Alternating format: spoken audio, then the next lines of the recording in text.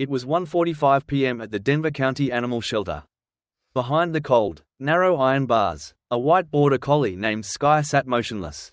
Her fur was matted, but her eyes were wet with emotion as she tightly embraced two tiny puppies against her chest. Next to her cage, a small red tag read, "Scheduled for euthanasia, today, 6 p.m. At that moment, Ethan, a shelter employee, froze in front of Skye. The thought of sending this beautiful Border Collie family to their deaths today made his chest tighten. He did not know it yet, but a miracle was about to unfold. This is a touching and deeply resonant story about a love that transcends death. That day, the shelter was strangely quiet, but within that stillness hung a heavy, suffocating silence. Ethan sighed deeply as he looked at the list in his hand. He had worked here for over 10 years and told himself he should be used to this. But in moments like these, a piece of his heart felt like it was crumbling away. "Here we go again," Ethan whispered to himself as he started walking. Ethan's routine was always the same. Arrive in the morning, feed the dogs, clean the cages, register new rescues, and then the hardest part, checking the list of dogs to be put down. Even after a decade, his heart still grew heavy. Walking down the hallway lined with iron bars, Ethan made eye contact with each dog. Some wagged their tails in joy, while others cowered in the corners, eyeing him with suspicion. A brown retriever mix always tried to reach a paw through the bars to touch Ethan. A small black terrier always hid, only peeking out when Ethan walked past. But today, Ethan's feet stopped dead in front of one specific cage. A white Border Collie was sitting there, shielding two puppies with her entire body. The mother's eyes were teary, but the puppies were sleeping peacefully in her arms. Ethan checked the tag again. Skye, estimated age, unknown, with two puppies, scheduled for euthanasia at 6 p.m. Ethan's heart clenched. Skye was a beautiful dog. Her coat was mostly white, with just the tips of her ears dipped in a soft gold. The two puppies looked just like her. One was all white, and the other had a golden patch on its back. They had not even opened their eyes yet, leaning against their mother's warm belly, lost in a dream world. They looked so peaceful. Skye looked up at Ethan and let out a low, soft whine. It sounded like a plea. Ethan knelt on the concrete floor. He slowly reached his hand through the bars. Skye approached cautiously, sniffed his hand, and gently licked his fingers. "Skye," Ethan whispered softly, "I can see how much you love them. I am so sorry." Skye tilted her head and looked at Ethan. There was no resentment in her eyes, only pure love for her babies. Every time Ethan moved his hand, Skye would shift her gaze to her puppies, checking on them. Were they safe? Were they cold? This isn't fair, Ethan thought. They are just babies. Ethan had started this job because he loved animals. But the reality was harsher than he imagined. Every week, the list came out. New dogs arrived faster than they could be adopted. In a reality where more were killed than saved, Ethan had become exhausted. He had said goodbye to countless dogs. And each time, it felt like his soul was being torn apart. But today was different. The way Skye wrapped her body around her puppies shook Ethan to his core. Her eyes seemed to scream, "Please, just save my children." Ethan pulled his smartphone from his pocket. It was 2:10 p.m. Less than 4 hours left. Ethan stood up and looked around. There were 5 dogs on the list today, but Skye's family was the most heartbreaking case. "I have to talk to the supervisor," he decided. Ethan rushed to the office. As he walked, he could not get the image of Skye out of his head. Her desperate gaze, her protective embrace. He knocked on the supervisor's door. "Boss, I need to talk to you for a second." "What is it, Ethan?" the supervisor asked, organizing paperwork. Ethan explained the situation in detail. The puppies were too young. The mother was incredibly maternal and gentle. The supervisor looked skeptical, but he listened to Ethan's desperate plea. "I understand how you feel, Ethan, but rules are rules. We do not have the space. Boss, just give me 1 day. I will find a way." The supervisor thought for a moment and nodded. "But Ethan, you need a temporary foster place. Otherwise, we are in the same situation tomorrow." "I will take them," Ethan answered without hesitation. "I will foster them myself." The supervisor looked surprised. "You mean at your house? Will your mother allow that?" Ethan hesitated for a split second. His mother, Martha, hated having animals in the house. She was a strict woman who always said dogs were dirty and smelly. "I will convince her," Ethan said with a determined look. At 5 p.m., Ethan carefully loaded Skye and her 2 puppies into his pickup truck. Skye checked on her puppies constantly before leaving the cage. Ethan placed him on a warm blanket in the back seat. "It is okay now, Skye. I will protect you guys," he promised, looking at him through the rearview mirror. On the drive home, Ethan's mind was racing. How would he convince his mother? Could he really protect this family? But remembering Skye's eyes, he knew he could not turn back. The only sound in the truck was the soft whimpering of the puppies. Skye licked him gently to calm them down. Ethan lived in an older suburban house with a modest yard. As he walked through the front door, his mother was watching TV in the living room. She looked up. "Oh, Ethan, you are home early. What are you holding?" Before she could finish, Skye let out a small whimper from inside the blanket. Martha's expression froze. "Ethan, what is that?" "Mum, please just listen to me," Ethan said carefully. "This is a special situation." "A special situation? You know what I always say. No dogs in the house. They are dirty and they smell." Martha was a strong-willed 55-year-old woman. After Ethan's father passed away, she raised Ethan alone and had very strict rules about the household. "Mum, please." Ethan knelt on the floor. "This dog was going to die today. She has 2 babies." Ethan explained everything that happened at the center. How Skye was on the list. How the puppies were too young to open their eyes. As he spoke about Skye's love for her children, his voice trembled. "Mum, I know you hate animals. But this is a matter of life and death." Martha crossed her arms and looked down at Ethan. Then she glanced at the bundle of blankets. Skye, nervous in the new environment, hugged her puppies tighter. "Just one day, Mum, just keep him for one night. I will find another way tomorrow." "Another way? Like finding a foster? Or will you rent an apartment and leave me?" Martha fell silent. Ethan held his breath, waiting for her answer. Suddenly, one of the puppies let out a tiny, high-pitched cry. It was a pathetic, weak sound. Martha's expression softened slightly. She stepped closer to the blanket. "How old are they?" "Maybe 2 weeks. Their eyes are not even open yet." Martha crouched down and peered at the puppies. Skye looked at Martha with caution. But she was not aggressive. Her eyes seemed to ask for help. "They are so small," Martha tutted. "Mum, really, just one day." Martha sighed deeply. "Ethan." "Yes?" "One condition. They stay in the living room. Absolutely no bedroom access. And if they smell, they are out." Ethan's face lit up. "Thank you, Mum, thank you so much." "Do not thank me yet. It is just one day." Ethan quickly set up a space in the living room with thick blankets. He put down bowls for water and food. Skye sniffed the surroundings carefully. "Skye, this is your home now.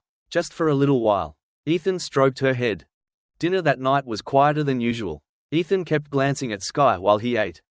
"Eat your food," Martha said. "By the way, Ethan, you are really taking him somewhere else tomorrow, right?" Ethan hesitated. He knew finding a foster for a nursing mother in one day was nearly impossible. "I will do my best, Mum." As the night deepened, the atmosphere in the house shifted. Martha watched TV but kept glancing at Skye. Skye was busy cleaning her puppies. "Mum, go to bed. I will watch them. You have work tomorrow. Do not stay up all night." "I am okay. They might be scared." Martha went to her room. And Ethan sat on the sofa, watching over the Border Collie family. Skye leaned her body against the puppies to keep him warm. Occasionally, she looked at Ethan with eyes full of gratitude. "Skye, tomorrow I will give you guys proper names," Ethan whispered, fighting off sleep. That night, Ethan slept lightly on the sofa. In his dreams, Skye's gentle eyes followed him. For the first time in a long time, he felt a warmth rising in his chest. The next morning, Ethan woke up to soft squeaks. The puppies were hungry. Skye was nursing them patiently. "Good morning, Skye." Skye wagged her tail slightly. She looked much more relaxed than yesterday. Ethan refreshed the water and food. Martha came out of her room.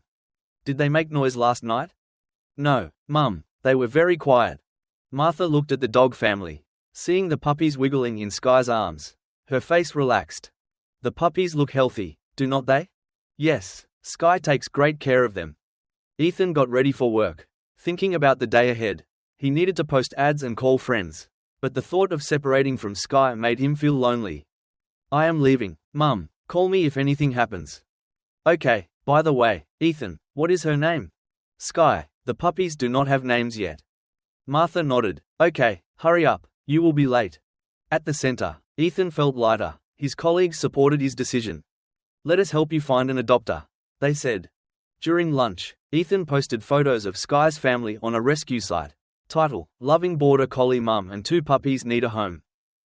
That afternoon, he received an unexpected call. It was Sarah, his ex-girlfriend from college who had moved overseas years ago. "Hello, Ethan?"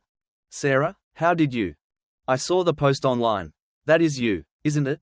Ethan was shocked. They hadn't spoken in 10 years. Yes, you are back in the States?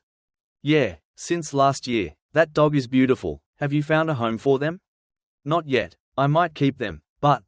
Ethan felt conflicted. It was good news for Skye, but he felt a strange pang of sadness. Why do not I come see them? Sarah asked. Tomorrow night? Okay. Hanging up, Ethan felt strange, hearing Sarah's voice again because of Skye felt like fate. On the way home, he bought puppy formula and treats. When he entered the house, he found Martha sitting on the floor talking to Skye. Mum, what are you doing? Oh, Ethan, this dog is amazing. She understands everything I say. Skye was sitting quietly next to Martha. She was so good today. Never barked once. Really? That is great. Ethan told Martha about Sarah's call. Martha nodded, but looked a bit disappointed. I see, that is probably for the best. We cannot keep him forever. But her voice sounded regretful. At dinner, Ethan named the puppies. Skye, let's name your babies. The white one is Summer. The one with the golden patch is Autumn. Just like the seasons. Summer and Autumn, pretty names, Martha murmured. That night, Ethan looked at the family. Only 2 days, and he was already attached. Skye trusted him completely. Tomorrow might be goodbye, Ethan whispered. Skye leaned into his hand. The next morning, Ethan woke up early. He wanted to make the last morning special. Skye, today you are meeting a new family. They are good people. Skye tilted her head, as if she understood. Martha came out of the kitchen. Ethan, does the house feel different to you? How so? It feels warmer. I slept really well last night. Ethan felt the same. Since Skye arrived, the house felt alive. That evening, Ethan drove Skye and the puppies to Sarah's apartment. He was nervous, seeing his first love after 10 years. Sarah opened the door. She looked older but had the same warm smile. Ethan, long time no see, come in. Sarah's husband was friendly, and her 2 kids were excited. Wow, they are so cute. Can we keep them, Mommy? Sarah petted Skye gently. She is so calm. When can the puppies leave their mum? Maybe a month. They need time. Then we will take them all, Sarah said. Ethan was relieved. They were good people, but his heart ached. I will bring them tomorrow with all their stuff, Ethan said. On the way back, Ethan looked at Skye in the rearview mirror. Skye looked back with a knowing gaze. Skye, you are going to be happy. Don't worry. But Ethan's voice lacked confidence. When he got home, Martha was waiting. How was it? They are great people. I will take them tomorrow. Martha nodded but kept looking at the spot where Skye used to sleep. I see. That night, Ethan could not sleep. Skye kept waking up to check on her puppies more often than usual. The next day, Ethan went to work early. Around lunch, Martha called him. Ethan, something is wrong with Skye. What happened? She won't eat. She just lies there letting the puppies nurse. She feels hot. Ethan rushed home. Skye looked terrible. She was lethargic. Mum, we need to go to the vet. Ethan and Martha rushed Skye and the puppies to the animal hospital. The diagnosis was shocking. It looks like early-stage sepsis, likely from an infection after birth. But more concerning is her blood work. The vet explained she needed hospitalization, antibiotics, and IV fluids. The cost would be over $1,000.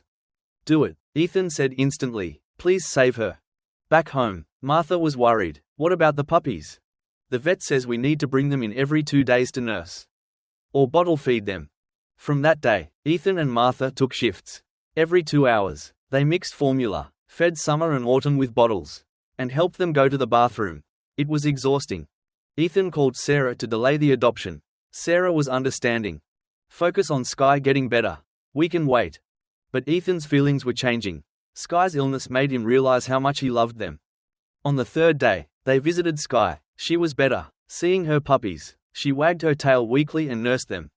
She can come home tomorrow, the vet said, but the bill was higher than expected. Ethan decided to sell his beloved motorcycle. Skye, you are family. I cannot let money stand in the way. Unexpectedly, Sarah called. Ethan, I want to help with the vet bill. No, I cannot ask you to do that. We were going to adopt them. Let me help. Sarah transferred the money. Ethan was moved by her kindness. When Skye was discharged, Ethan made a decision. He called Sarah. I am sorry, Sarah. I want to keep them. I cannot give them up. Sarah paused, then laughed. I knew it. Go ahead, Ethan. Ethan told Martha, "Mum, I want to keep them." Martha smiled. "I thought you would say that. I am already attached too." Skye recovered, and for a month, the house was full of joy. Summer and Autumn opened their eyes and started waddling around. Martha cooked chicken for them and knitted blankets. She called Skye my Skye. But then, Skye stopped eating again. Ethan took her back to the vet. This time, the tests were extensive. The vet's face was grim. "It is malignant lymphoma. It seems she had it before she gave birth. The pregnancy and stress accelerated it."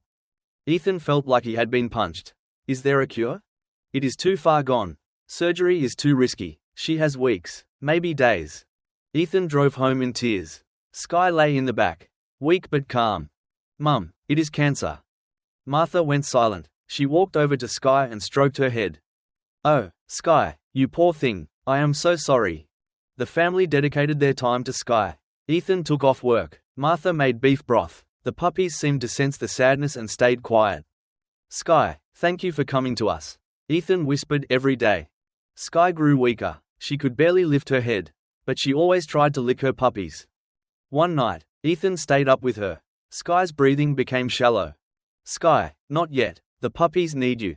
But Skye was at her limit. Her eyes, still full of love, looked at her babies one last time. The next morning, Skye was barely conscious. The vet said it was time to let her go at home. Ethan held Skye in his arms. Martha sat beside them, stroking her fur. Summer and Autumn cuddled close. "Skye, you did good. You can rest now." Skye licked the puppies one last time. She looked at Ethan, her eyes conveying a final thank you. At 3:20 p.m., Skye took her last breath in Ethan's arms. Summer and Autumn nudged their mother's nose, trying to wake her up.